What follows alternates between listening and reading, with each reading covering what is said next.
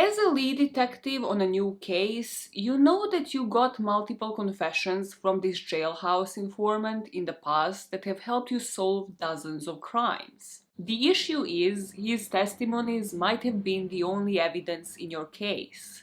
Now a man is sitting on a death row for 30 years claiming his innocence, and one victim's family is still unsure whether justice has been served. I think the girl in the back wants to say something. What was it, girl in the back? Did you choose to speak about him because he's as obsessed with his first name as you are? Eye roll moment? No. I chose to talk about this guy because of how much damage he has done. He has had almost 9 wives, and for a substantial amount of time in his life, he even went under the name Jason Bourne. Yeah, before he was Matt Damon. And you think it's just because he's as obsessed with his first name as I am. I mean, he did go under Jason Paul Bourne. So yes, that might be a bit of a part of why I chose to talk about this guy, but don't let it get into your head, girl in the back, okay? You don't know me. You don't know me like that. I actually do know you, because this is not a Katie Ups video. I am you. I am a product of your imagination. Okay then, a bit debatable, but good Katie Up reference there. Good one, good one.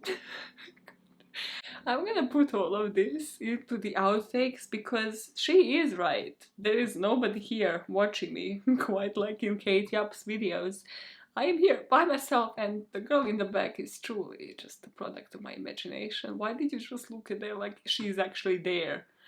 Do you need to be hospitalized? Do you need to be institutionalized? Okay, yeah. Report in the takeouts and outtakes timestamp, you shall see how this is produced professionally in a studio with real equipment and all of that.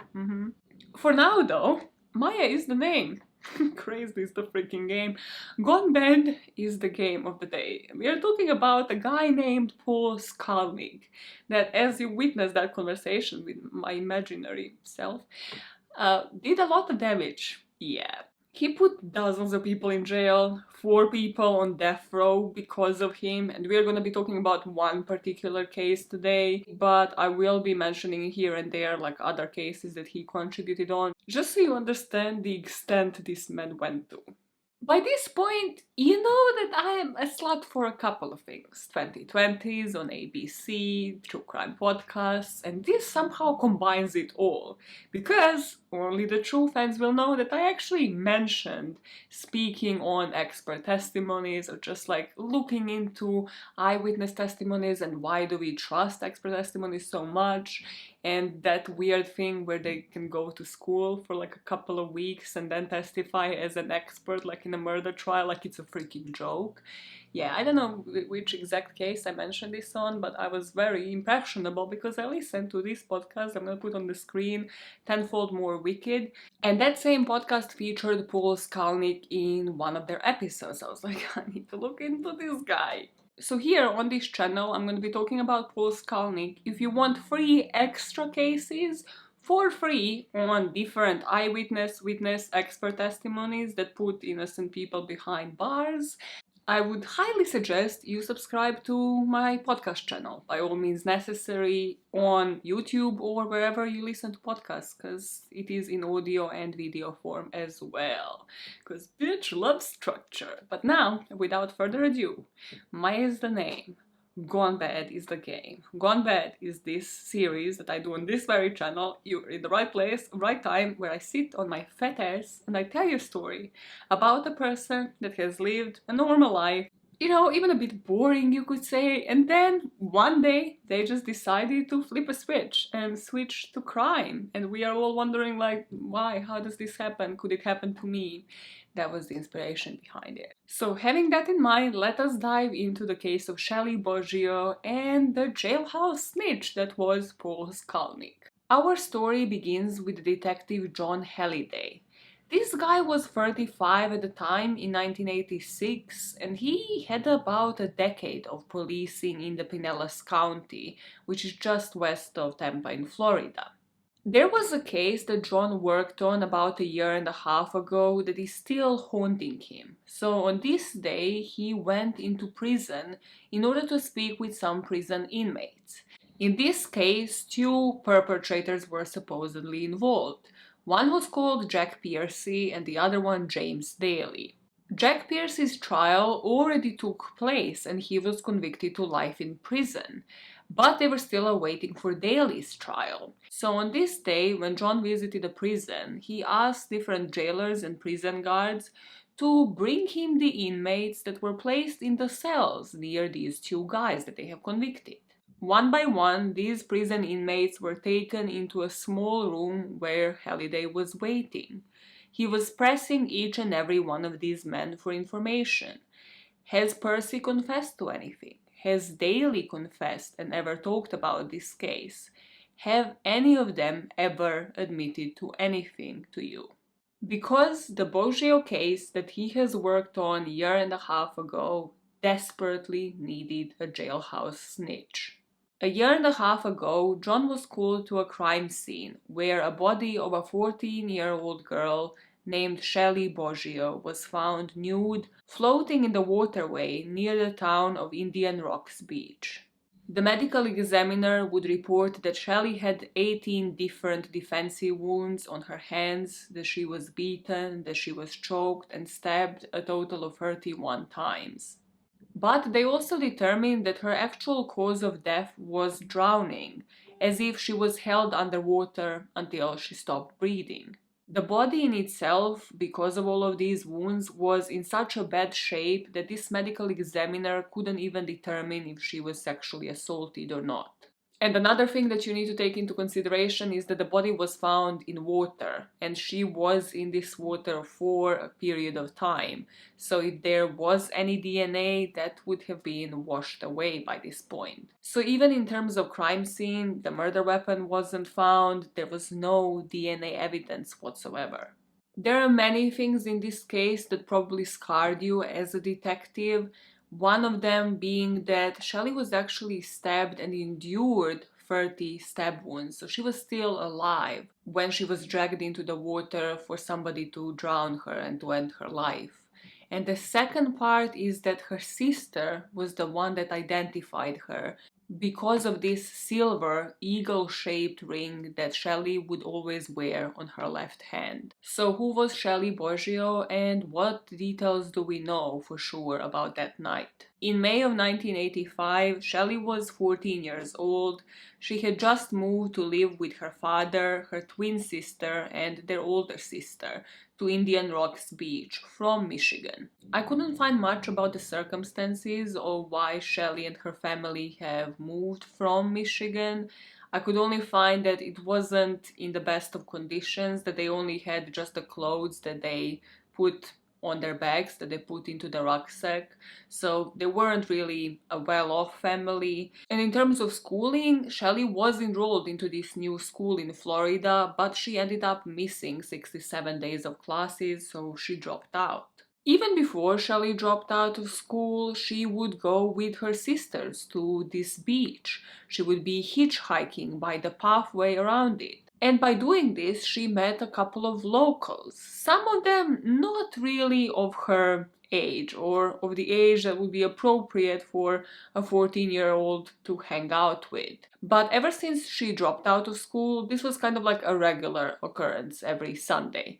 Instead of maybe just, I don't know, sitting at home doing the last bits of homework, Shelly would be outside with her sisters, with her friends, with the people that she trusted. So this morning she went to the beach around 11 a.m. Around 3 p.m. they decided to leave the beach and kind of like hitchhike in the area. And here a person picked them up asking them if they can get him some weed, like for 30 bucks. And Shelly and her sister were like, yeah, of course, let's just drive you here, so like just give us the money and we definitely have this pot dealer that will give you some weed. But they just ran out of the car with 30 bucks and they were like, fuck it, like, loser, why did you give us the money before we actually gave you the weed? At this point, it was Shelly, Stacy, her twin sister, and their friend Stephanie. So they're just running, trying to escape this guy so he doesn't catch them, and they split these $30 three ways. And at that very moment, there's a car passing by with two guys inside the car that they know because they hung out on the beach before with them. One guy's name is Jack Piercy and the other one's James Daly. According to Stacy, after Piercy and Daly picked them up, they stopped by this convenience store to buy six-packs of wine coolers and beers. They drove around as they always did, drinking and smoking some pot, and that is when Oza Shaw, the other guy that was in the car, asks to be dropped off back at where he was staying with Piercy and Daly. After they drop him off, Daly, Piercy, and the three girls now go to the bar to continue partying, and at this point it was getting dark. After this bar, the group kind of thought, okay, let's do some bar hopping, let's go to the next one. But either these girls didn't have their IDs on them, or I read in a different report that the IDs were fake. So the bouncer at this bar kind of just checked their IDs and turned them back. And it's at this point that they go back to where Piercy and Daly were staying. Here they smoked some more pot, they watched a movie, and Stacy and Stephanie were kind of done for the night. It was about 10 p.m. and they were like, hey, can you just like drop us off home? And the guy said no problem, but Shelly still wanted the night to continue. And so did Percy's pregnant girlfriend Gail Bailey at the time.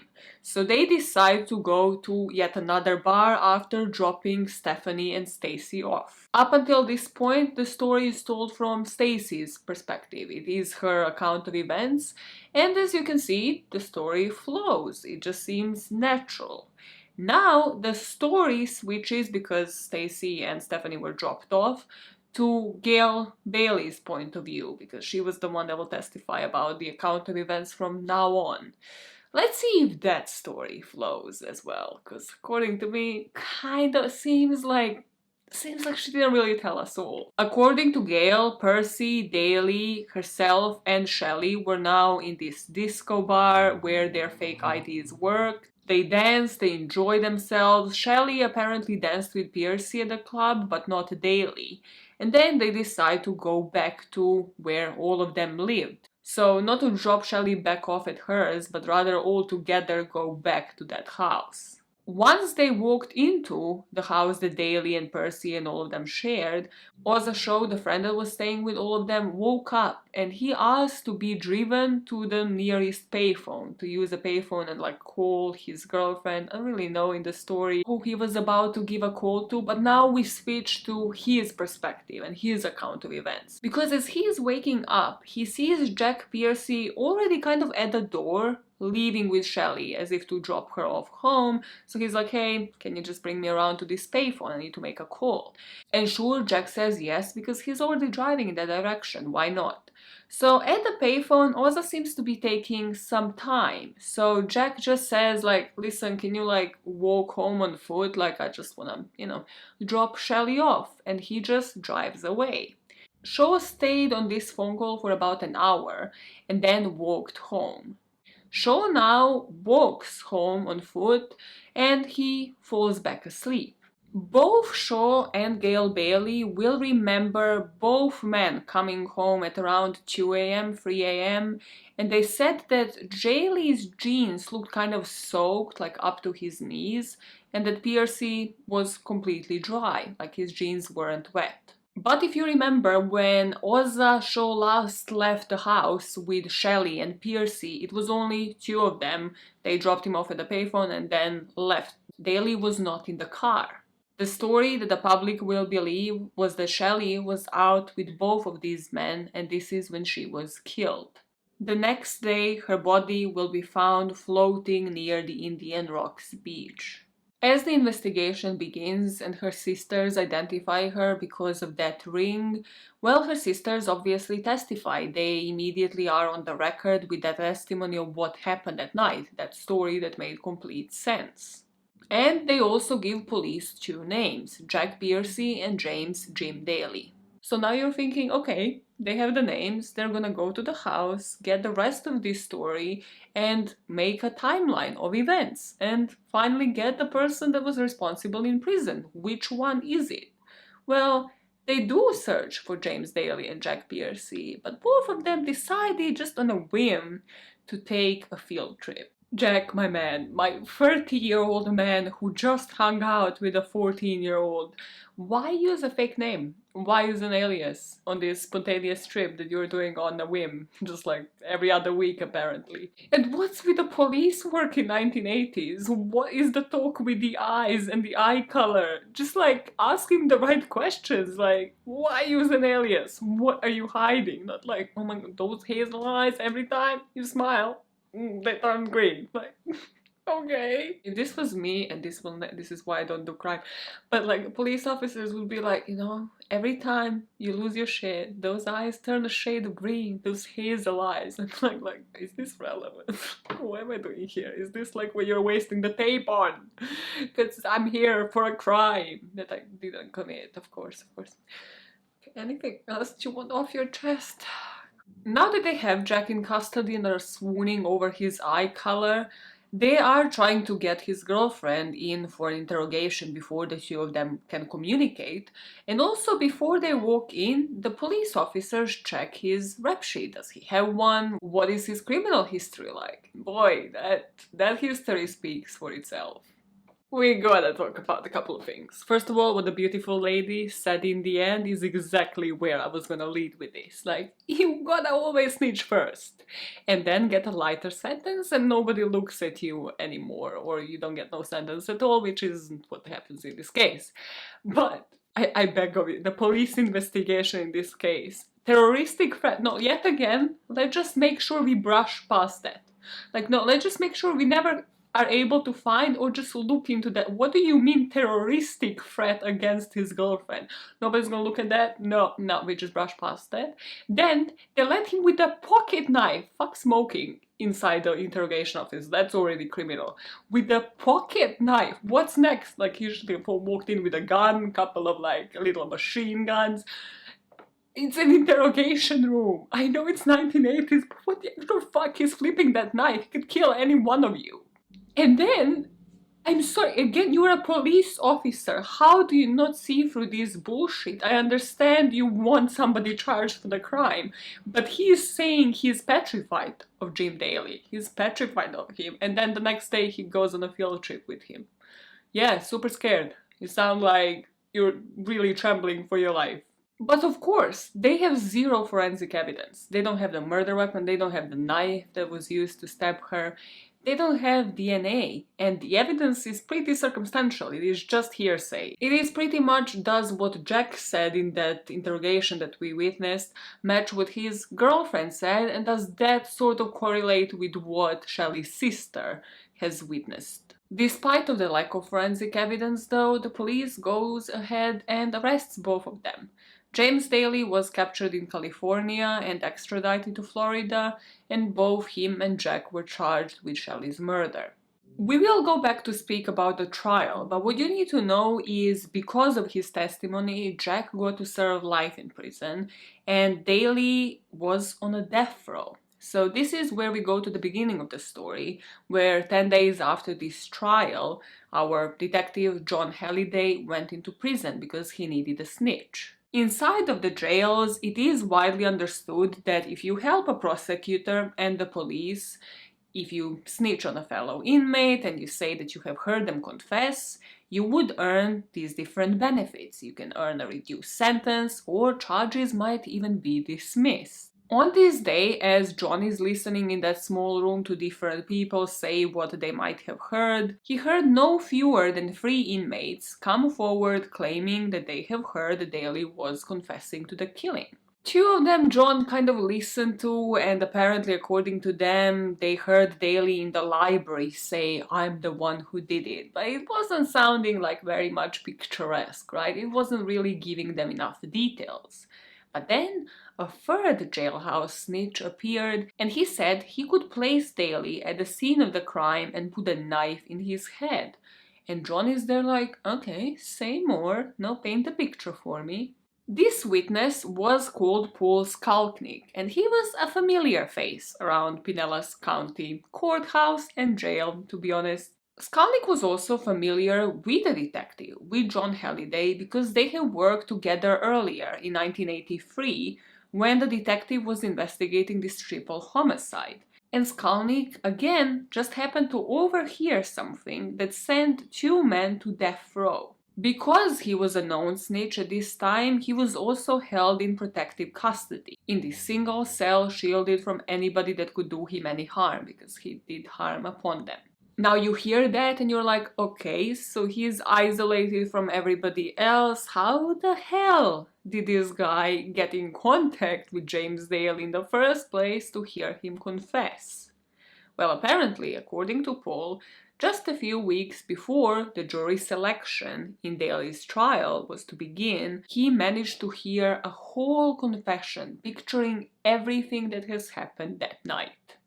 Before we dive into that and how this led to further convictions, let's speak a bit about this jailhouse snitch, Paul Skalnik. Worthless piece of shit. Paul was a Southern baby. He was born in Texas in 1949 and adopted when he was young, raised in League City.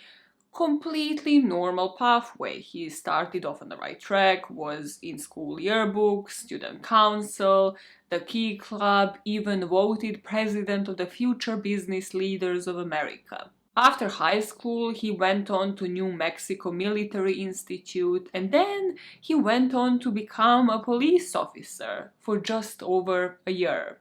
Okay, this is where I need to pause, because I understand American dream bullshit and stuff. I understand apparently you could be whoever you wanna be in the US, but when it comes to police officers, do you guys do any vetting, like any physical tests, theory tests? Because here, I looked at it because I did masters in criminology, and I looked at, just even the effort that you need to become one, literally like police patrol on the streets, and it's insane. Like, the process is so long, you need to pass so many tests, and I was like, this is too much effort. What, for me to have like 16-hour shifts every day? No, thank you. And then I resorted to customer service, which I need to be saved from. Doesn't matter. What matters is, if you are vetted, if it takes so long to become a police officer, why are you only doing it for a year? Like, the effort doesn't pay off. Anyways, a lot of things in Paul's life don't make sense. Like the next one, that he was forging checks on the side, and then, well, the police force kind of caught him, and that is yet another reason why he only did it for a year. He was allowed to resign from the force and started his new career as an insurance agent. By the age of 30, Paul was already divorced twice, and his third wife's kid actually had a couple of not nice words to say about him. It seemed like Paul would be love bombing her mom kind of at the beginning, basically just like telling her all of these things that he couldn't really live up to, and lying a lot as well. At the beginning, Lisa thought her mother found the most wonderful guy. He would be telling her that she's his princess and that, Lisa can call him dad. And she was just like, nah, you ain't my dad, though. Like, it's fine. He also said that he was the CEO of Southwest Airlines. And he would be the type of guy to dress in three-piece suits, like all gold and diamonds, and look the part, and then probably like go and sit in a car park or just like do his insurance jobs or scam on the side. Like, he wasn't the CEO of like freaking airlines, okay? And then, as soon as the two of them would get married, Paul kind of flipped the switch and he got really abusive. He would beat Lisa's brother, he would beat the mother, and he started sort of touching Lisa in an inappropriate way. Yeah, he was also a child molester, listen. This guy was everything. That's why I said he was a worthless piece of shit. By 1978, Skalnik was in prison again for passing some bad checks. And by the time he was out, Lisa and her mom were kind of like, okay, so he's not coming home, like from prison? No, because Paul was already in Florida, engaged to another woman, just waiting for like the divorce papers from Lisa's mom for him to get married. You might be wondering, why the hell was he released from prison? He was a repeat offender now, like they knew if they release him, he will just continue scamming and getting back in prison. And the reason here is because he started being a jailhouse snitch. From my perspective, probably one of the two things happened. Either he realized, hey, I was a police officer, and then he saw this specific case we're going to talk about on the news, and realized What police officers always cared about during this period of time is somebody giving them information. He knew how the system worked, so he knew what they would be looking for.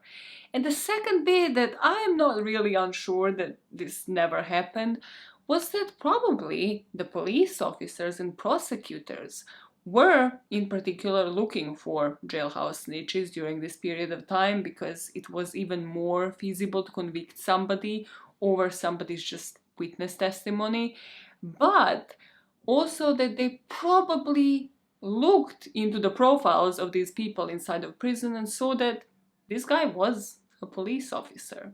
He will be willing to cooperate. So as Paul is sitting in his cell in Harris County Jail, he has heard about this case that was making the headlines. And that was the case of Moody Park Free. This was a trio of anti-police brutality activists that were charged with inciting a riot in Moody Park in Houston, and this riot left 15 people hospitalized. Now, the riot started because of a murder of Jose Campos Torres in the hands of the Houston police officers. So on one side you have Moody Park Free supporters who are clearly seeing this as a frame-up of these free men for the brutality of the police against Mexican American people, and are not seeing it as the years of brutality against the minorities pushing these people towards this uprising because, well, the police again killed the Mexican men. But if you are the prosecution in this case, you need to win it. Otherwise, the police officers would end up in jail. And it just so happened that one of the Moody Free, Thomas Hershey, was booked in that jail and placed in the cell near Paul. So Paul's strategy, because nobody will convince me that this wasn't strategic as hell, paid off, and the prosecution here won. The Moody Park Free were found guilty. Apparently the jury declined them serving any jail time, but what this meant for Paul was that he received a recommendation to be moved from jail to this work release program, which is usually forbidden for any repeat offenders. And I suppose this in Paul's head just validated his action. The best way forward was to always look for the cases that are in the headlines and make sure you help the prosecution. This is when he was released from prison, abandoned Lisa's mom, and moved to Florida, being engaged to another woman. To this woman, he told her that he was an attorney from Dallas and that he's just starting up his business. So if she could only invest around $3,500 into him so he can start up his law office in this place. And she did. She didn't even learn that he is a complete scam until he actually got arrested on grand theft. He actually got arrested on a completely different charge. So now he is in Pinellas County. He is where all of this will be taking place, and he is facing 5 years in jail. And this is where Paul really would transfer what he was doing on the outside on the inside of the jail walls. And that is that he would turn snitching really into a business for him. During the 1980s, he would actually pay a phone call himself to the police station, and he would start liaising with around 11 prosecutors during his time, like on and off, in and out of prison. Because I feel like he knew as soon as they release him, he's gonna just like get married again, commit crime again, and land in prison. And he didn't really like spending time in prison, but he liked having privileges and then, getting off on probation and shit. So what better way to start doing that than forming a working relationship with the state attorney's office? But what we can't neglect to mention is how beneficial this was for the prosecution.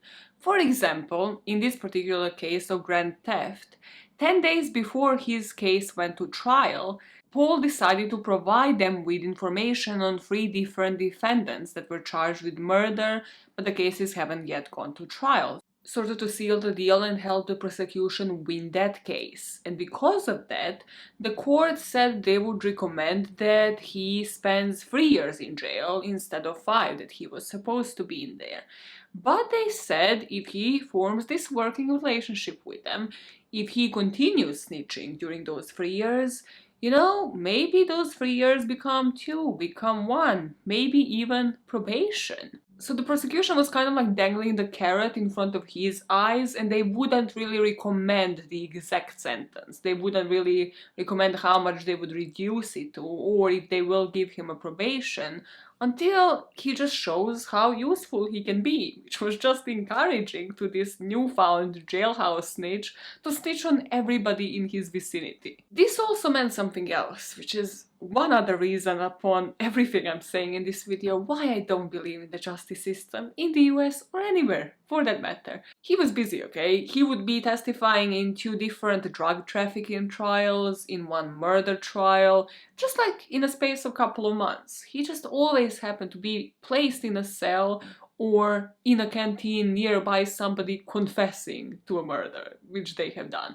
Which also, if you have watched Christina Randall's videos, okay, Christina Randall, I love you, I'm your baby, this is not what happens in jail. You don't just voluntarily offer up and say what you are there for, what you are in for, nor do you actually say how long you're in for, because somebody will always try to mess it up, like in this case, and say that you have actually confessed to something, or because somebody will try to get you to serve more time. Because why would you serve a lot less time than then? Somebody's gonna try to set you up in one way or another. So just the fact that he was doing this was very much just the product of his imagination, like the girl in the back here, okay? It's just a product of imagination. But what this meant was that every time Paul would show up in trials, because the prosecution would not promise him the reduction of sentence, they wouldn't agree on paper, they wouldn't tell him how long he's gonna serve, or rather how much shorter his sentence would be, he could actually honestly answer that part. Is he getting anything in return? Is he confessing to this because he's promised a reduction in sentence?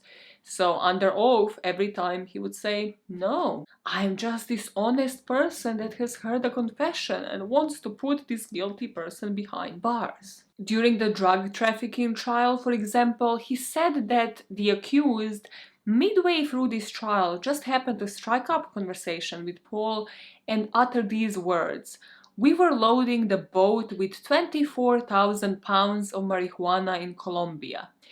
Which, if you ask me, a bit too precise. I bet there was something to do with that number that the police knew the information on, and that suddenly they leaked to Paul Skalnik to offer up that exact number at trial. But this worked. He was rewarded in June of 1982 when he was sentenced to probation only. When it comes to his time in prison, because of course he will return to it as if it was his good friend every couple of months, between 1981 and 1987, Paul testified or supplied information in at least 37 cases in Pinellas County alone. 18 of those cases where he provided information and testified against were charged for murder. Majority of cases would end up in convictions or plea deals, and 4 people were sentenced to death.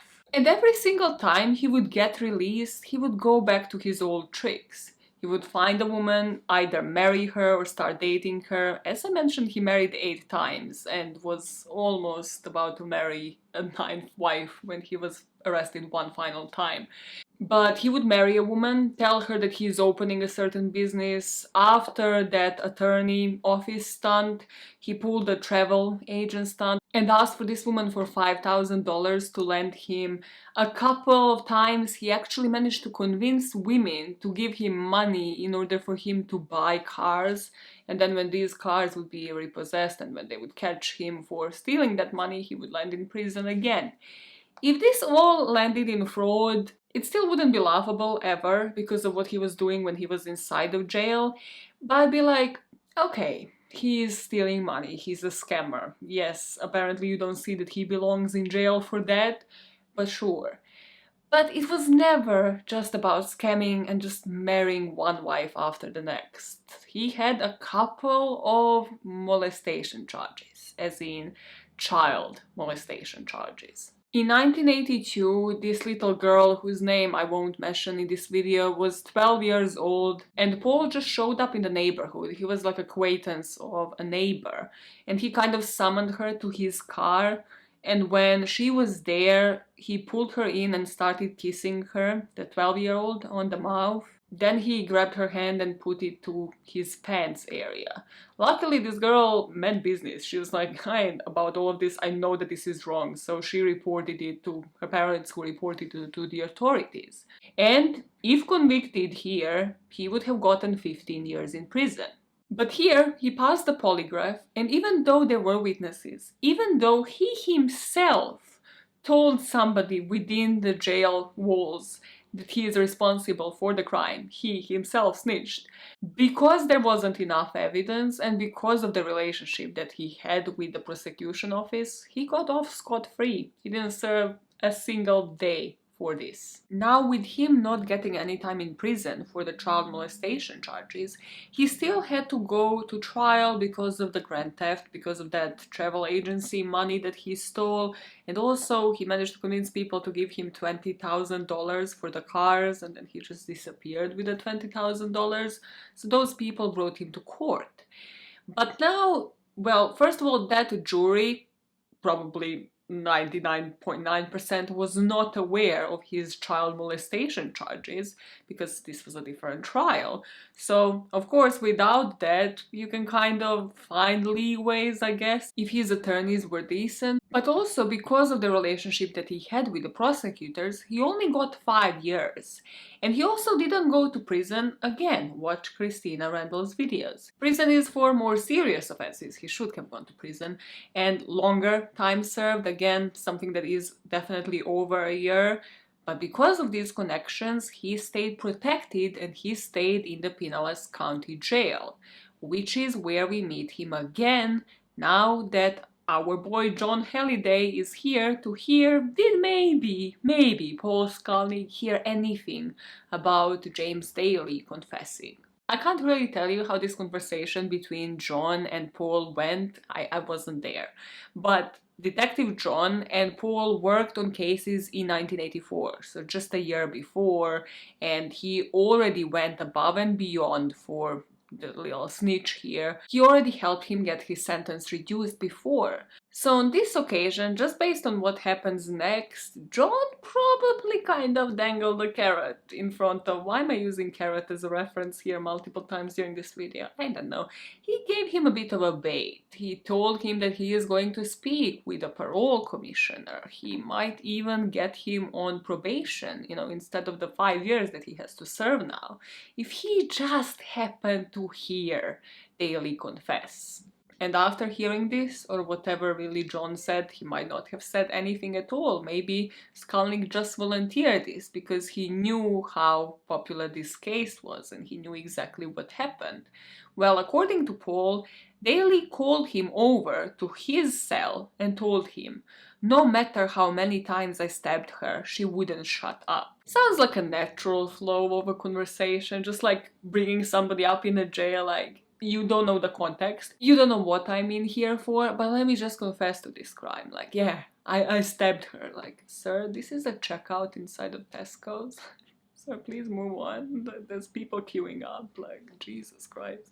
Daly would later go on to say on the record that he never met Paul. Like, their cells weren't even close by. And if you remember, Paul was protected in this jail. He had his own personal cell and would probably just go out, I don't know, to shower or to, like, canteen. So for Daly to just start up a conversation with this guy that he never met and then snitch on himself, it'd be dumb as hell. But this is where these two worlds collided, and at the time Paul was desperate to get out of prison again. He would do anything that the prosecution wanted him to. And because of his police career, and by now really more of a career as a jailhouse snitch, a longer, more successful business that he has started here, he knew how to find the perfect scapegoat.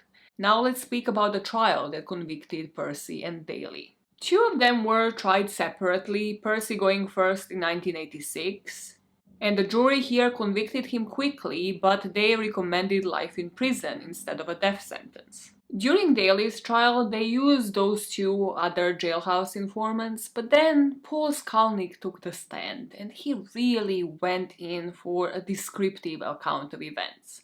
According to him, yes, Daly found his cell and struck up the conversation with him.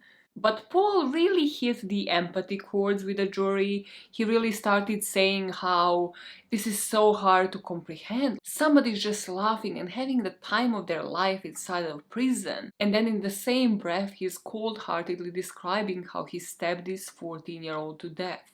He said, "I had seen this gentleman walking in the hallways, laughing and kidding with other inmates. And all of a sudden, to see a man's eyes and to describe how he can stab a girl. And she was screaming and staring at him and would not die."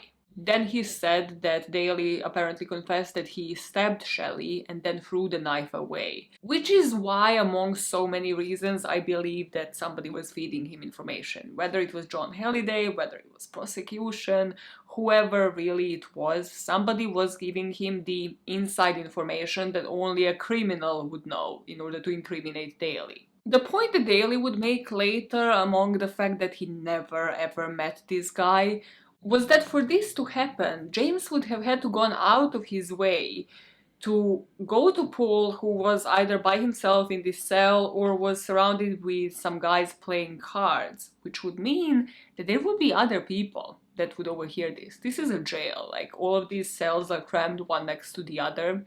How come that nobody else, like right next to Paul Skalnik's cell, came forward to confirm this? Or the guys that were surrounding him at the time? How come it's only Paul that has this very descriptive account of events? The nails in this coffin were, yet again, the fact that the prosecution made sure to explain to the jury that Paul isn't getting anything out of this. Like, he isn't getting a reduced sentence, he is gonna still serve his time in jail, and nothing was promised to him.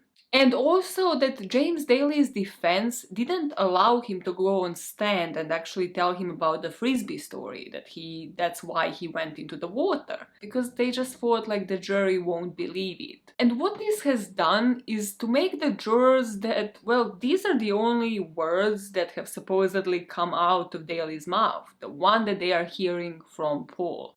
That was actually the only information that we ever got that supposedly came from James Daly, because he never took the witness stand.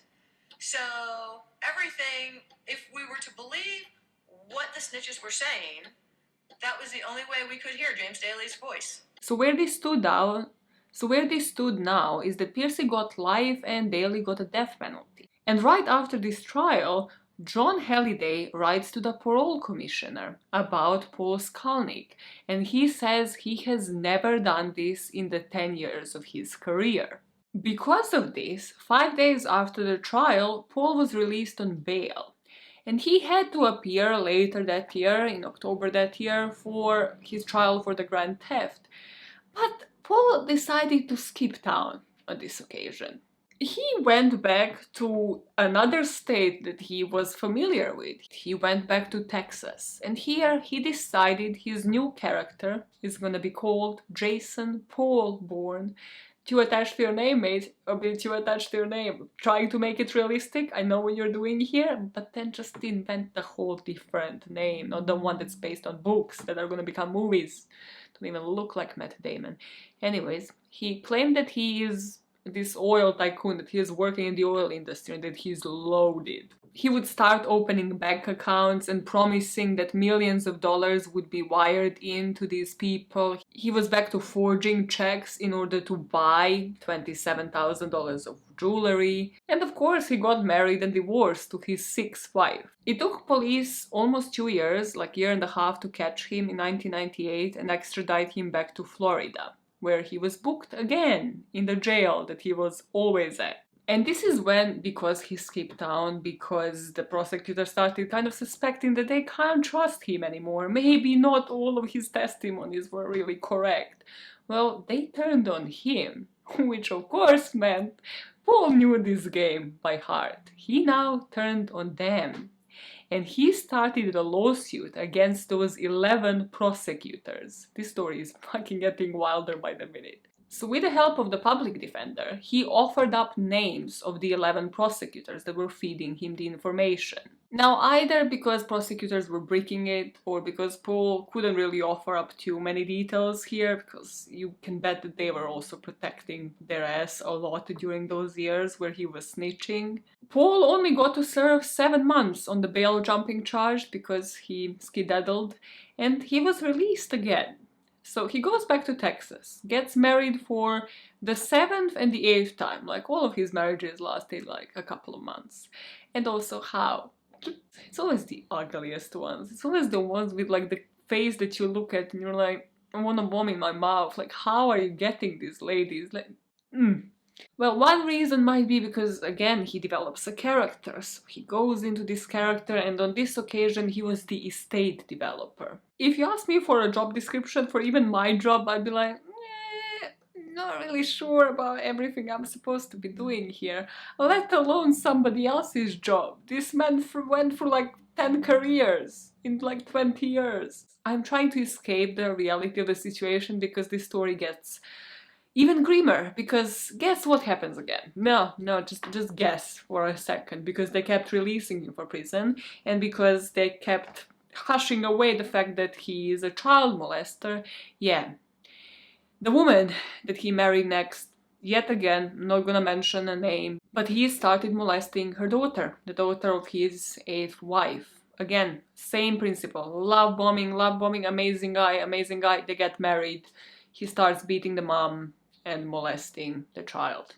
Now, because he is in Texas, when this family reports him in 1993, he does get arrested. And here, they don't know about his record with prosecution and all of that back in Florida. So here he gets 10 years in prison, out of which he served 9. He was out in 2002. As soon as he gets released, he again goes into a character, this time an attorney, starts forging documents and scamming money out of people. He gets caught for it, he pleads guilty, he serves some time in state prison, and then flees the state around 2009. For the next 6 years, he will be living in East Texas under the name E. Paul Smith. Just switch it up a bit, but make sure Paul is in there, sir. Here, he claimed to be an attorney, an undercover Homeland Security agent, ex-fighter pilot who was shot down over Vietnam, and also a terminally ill cancer patient. He was scamming people by writing their wills and doing legal work for them, getting them to invest money, to which nobody saw any returns. Finally, this retired US Marshal Senior Inspector starts investigating him in 2015, after the daughter of one of his friends figured out his real name and figured out that he has a criminal record and that he should be on the sex offenders list. This is when it came to light that his supposed marriage to the 9th wife that he married there was a sham, like it was a fake marriage certificate, and law enforcement was finally informed due to this marshal. When he was finally arrested in October 2015, he had over 30 fake IDs on him. He had a fake law school diploma with the words E. Paul Smith, attorney at law. Also, don't forget, he was actually arrested because he failed to register as a sex offender. Yeah, that part that we keep neglecting in this story. Like, how did it take you this long to catch up with a man? Of course, as soon as he got arrested now in Texas again, he started chatting up with the lawyers, like, I could be of use to you inside this prison, you know, like, let's figure out this business. And they just were having none of it. They were like, who the fuck are you? We have never heard of you, mate. Like, also, you failed to report as a sex offender, that part. Like, we take this thing seriously down south. We take this thing seriously. By the time ABC News caught up with Paul, it was beginning of 2020, and he had just been released from the time that he has served in prison for sex offender charges, which means he served less than 5 years. He told ABC that he never lied on the stand, at least to the best of his knowledge. Sounds a bit sus, my man. He said he won't retract what he said, and whatever he testified to in any of his cases was fact. And then proudly, he turned around and told to the journalist, I never lost a case. Which is truly what this was all about in the first place, wasn't it? Paul died 2 months after that interview, so in March 2020, and even on his deathbed, he said that everything he confessed to was true. When it comes to where this case is now, Daley, of course, appealed multiple times. He appealed upon the ineffective assistance of counsel, prosecutorial misconduct, the fact that they didn't have him speak at his own trial. That was why the counsel was ineffective in his case. Oza Shaw and Jack Piercy changed their testimony multiple times. I just don't understand. This is why you can't rely on this kind of evidence. Oza actually said that now he remembers only Piercy entering the house by himself. That when he first woke up, it was only Piercy that entered the home, it wasn't Piercy and Daley. The court refused this appeal because even with it, Shaw still stuck to his original statement about the two of them then coming home later with the wet pants, and also they had 2 other testimonies by jailhouse snitches. It wasn't just Paul Skalnik's. And another thing when it comes to the ineffective counsel, Daley said that what they never brought up at trial was that 18 days before it, he was moved to the block where Paul Skalnik was, and that he said, like, get me out of there, this looks like a setup, why am I being moved in here where there's a known jailhouse snitch? More importantly, that this is documented, that there are logs in history on paper that can prove this. And well, if you look at that combined with Paul's previous history of snitching within jail, it creates a picture for the Court of Appeals. Daley was supposed to be executed on November the 7th, 2019, but this was postponed because Jack Piercy wanted to give another statement. He provided a signed declaration that he alone killed Shelly, saying James Daley had nothing to do with the murder of Shelly Boggio. But then Piercy would go back on his words and he would retract the statement and say that he has done 35 years for a crime he didn't commit and he doesn't plan to testify against somebody else so that state can kill them. So he is just as unreliable as he was in 1985. And where this stands now is that the stay of execution for James Daley expired on December the 30th, 2019, and he again appealed for a retrial, and now his appeal is pending with the United States Supreme Court. I will put a petition. I only found one on change.org on James Daley and whether or not his case should be reopened and he should get a retrial if this story possibly convinced you that he was innocent.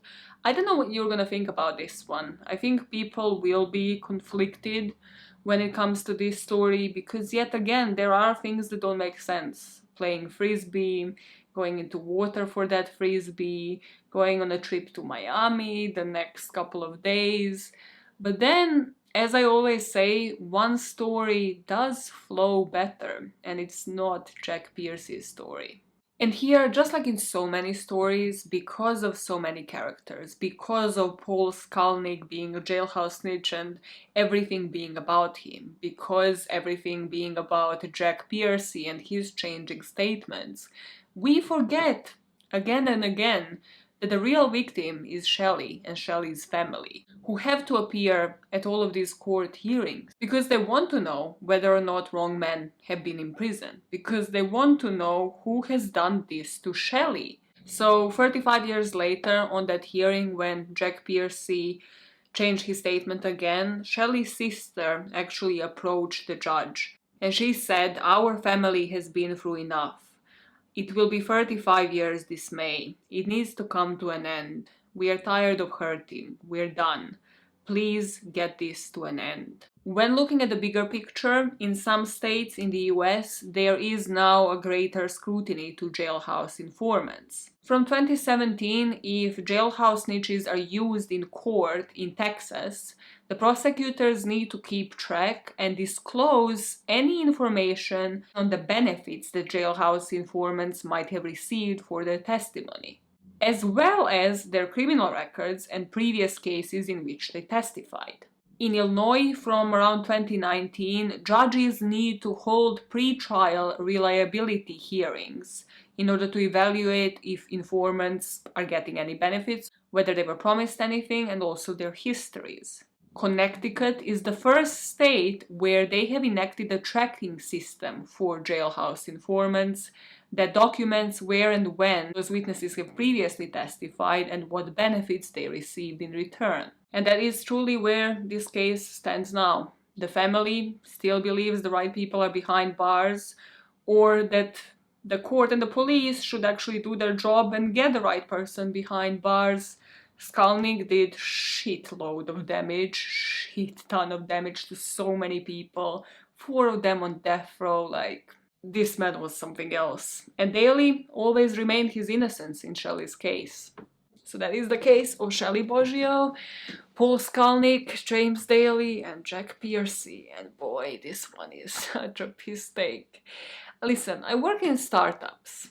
And even freaking startups have better processes than apparently the court systems in America when it comes to jailhouse informants. All of these articles make it seem like we should applaud these states for, like, you know, making some official changes in lawmaking when it comes to jailhouse informants. It's 2021. When exactly have we decided, no, we are gonna put these criminals in prison, yeah, on child molestation, and then we're gonna take their word for it. We're gonna trust them 30 plus times, never track them, never track if they were actually in that part of prison, if this makes any sense, if there's anybody else to collaborate this. Maybe we have CCTVs now, we have audio, we have video, we can maybe confirm shit like this, and then not trust them if they have testified in 30 plus other cases because they're not reliable, because they lied. No processes, nah, let's not have a procedure, let's not have like A, B, and C on this. No, let's trust one man to put 30 plus people behind bars, put some of them on death row.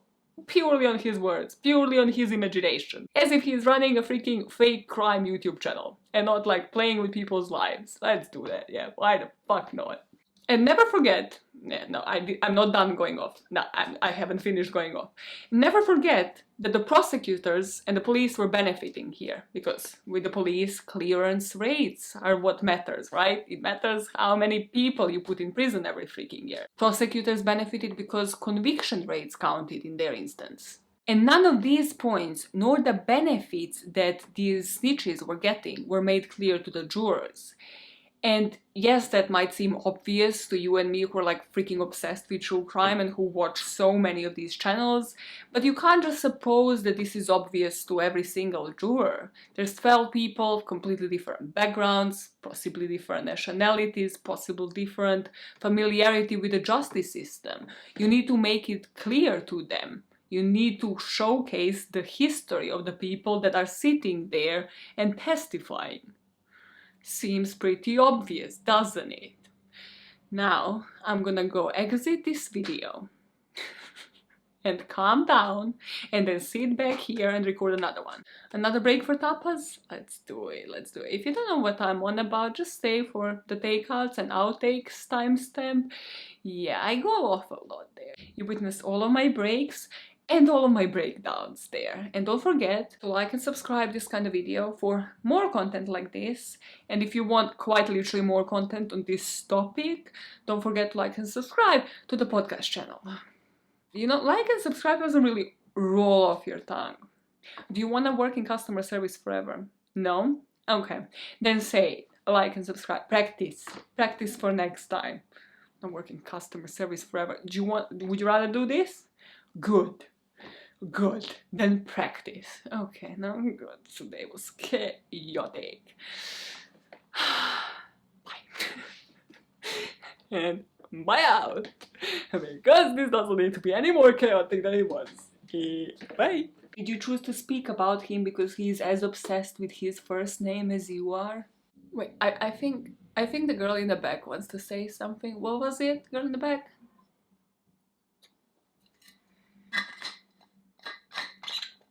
Eye roll moment?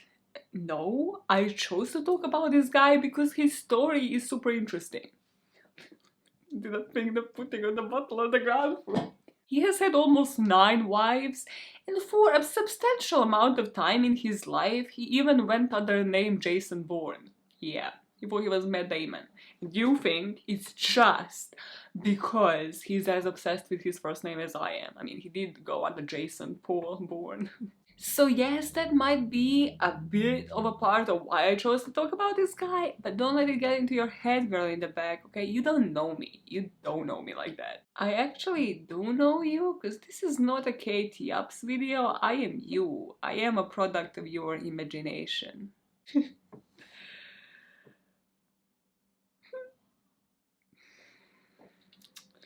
Okay then, a bit debatable, but good Katie Up reference there. Good one, good one. The same instant that I start making profit out of this channel, enough for me to be able to live in, and maybe, just weekly pay somebody to edit these videos. They're getting edited by somebody else. Jesus Christ, can't nail a sound. Sit here every week for like 3 videos. Sorry, mommy. Who the fuck do you think you are? Just screaming at yourself like you're the mom character, the girl in the back. How many characters can you have in your head? A lot. Not to mention my fantasies at night. Well, the men in my head are like living a completely different love story. Wanna share more on that? The Taylor Swifty like fucking love story? Just say yes! You have just lived like about 10 lives within the past 10 seconds. You went from like 28-year-old Maya to 15-year-old freaking Maya when Taylor Swift released Love Story. Was that 15? Wow, Swifty's got a career on her. Yeah, something you don't know nothing about. And mic check, part 55. I think I'm gonna stick with this. I need to, like, you see, professional people know what they're doing in post-production. Also, I'm sorry, the fact that there's a pimple here because of masks and it looks like my face is swollen on this side. I cannot even have an attractive pimple. My attractive people have attractive faces even when they have a pimple. What conclusion does that lead you to? I need to finish with these mic checks and actually start recording. What I need you to do is to go on Google reviews and review your eyebrow lady. Look at that, she fucked me up nice. For the first time ever, they're actually like equal. They look like they belong on the same face. Respect the trade. Respect your eyebrow lady. Listen to me right now. Go on Google reviews and review the lady that does your eyebrows. Okay, where was I in the script? Do you understand why the 2020s are like my favorite thing? The amount of fillers, like the most important thing. How do we say that differently in just another sketch so that it doesn't sound completely... What you need to understand, what is really important to understand. How many times can you say important? How many times can you put an emphasis within like 3 lines? It's like every single line. The most important thing in this case. I just need to drill into your head. It's so important. I love the fillers. I love the fillers in 2020. All of these 2020 documentaries could truly be like 20 minutes long. Just like this video, right? God. If you wonder why my lips might look orange, I just stood up in the middle of this video. I was just done with Paul for a bit and his freaking shenanigans. And I had the tapas break, you know? Bit of a tapas break! Chorizo and like real salami, and then I put ketchup on it. That was it. Just chorizo, ketchup on it. Cheap people, things. Cheap people get me, right? Why is this camera? Why is literally like only my forehead in here right now? Okay. Are you gonna get food, Ismail? Are you okay today? Why is this so chaotic? Chaotic. You know what? I know I'm an immigrant. I'm not American, neither am I British, but I have been a witness in a trial here once, and also I just research these cases weekly, multiple cases a week. It's not even laughable anymore for me how shit like this can fly in a trial. I just don't understand, like, have none of the jurors ever in these cases heard of a single true crime case? Like, how can you convict just based on a jailhouse snitch testimony? How can you convict without, like, zero evidence? It's truly about which attorney can spin a better story. And this isn't a YouTube video, okay? This isn't Suits, Law and Order. This isn't a TV show. It seems to me as if they're just playing with people's lives. It's like, ah, we lost, okay, fuck it, he'll appeal, or he is gonna go to the electric chair, one or the other. Based on what? Based on nothing! You're sending people to the electric chair. That's the beef that I have with the US when it comes to the death penalty, because that's truly like, you need to have some evidence at least. Can't commit somebody to a death penalty based on hearsay. Like, are we hearing each other? These jurors are like, I mean, death penalty, fuck it. He didn't take a stand. We could only hear his words through the mouth of a jailhouse snitch. Yeah, sick. Can we talk for a second about how suave this 2020 presenter is? The real reason why my addiction to 2020 is substantiated, because all of them are hot. Like the lady that is in most of them, so hot. Autoplastic surgery, so hot. Okay, well, I'm there for the content, okay? You know it, come on, you know it. I'm gonna do a mic check with like different system checks. So girl in the back, you got me. Yeah, you got it. She knows. She knows. And I know she knows. And I know she knows. She knows. She knows. And I know she knows. Okay, you failed there with the girl in the back. You didn't really include her there. She's still a product of your imagination. Let's see how this sounds like. Okay. Girl in the back, get it, get it, get it. Can you tell I spend all of my free time on freaking TikTok?